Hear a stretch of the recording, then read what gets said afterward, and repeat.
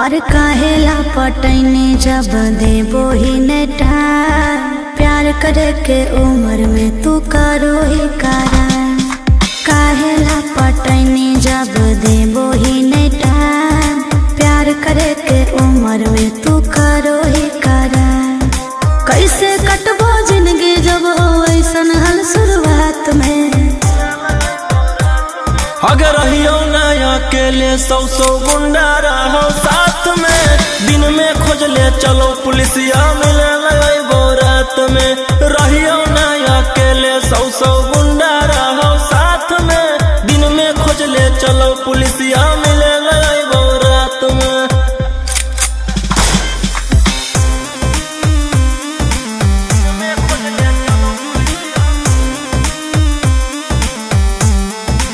Vicky Vox।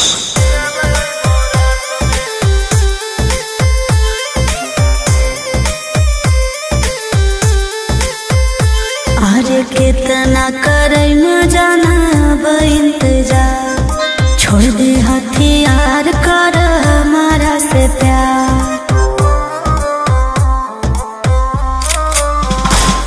आगे खोल के रखी हो गेट के अब मुहवा में गमछा लपेट के।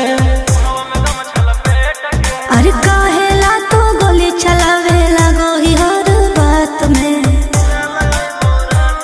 अगर रहियो ना अकेले सौ गुंडा रहो साथ में। दिन में खोज ले चलो पुलिसिया मिले वो रात में। रहियो ना अकेले सौ गुंडा रहो साथ में। दिन में खोज ले चलो पुलिसिया मिले वो रात में।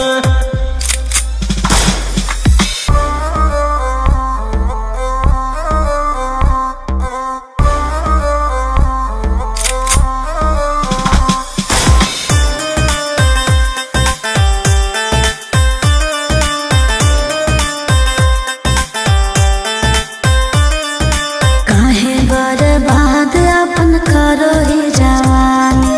तोरा बिना कैसे रहता पगला तुर दीवानी। आगे जब ले जिंदा ही हम गे ली हो नहीं तू टेंशन गे। राजा रोशन रोही आया जो कवनो हालात में।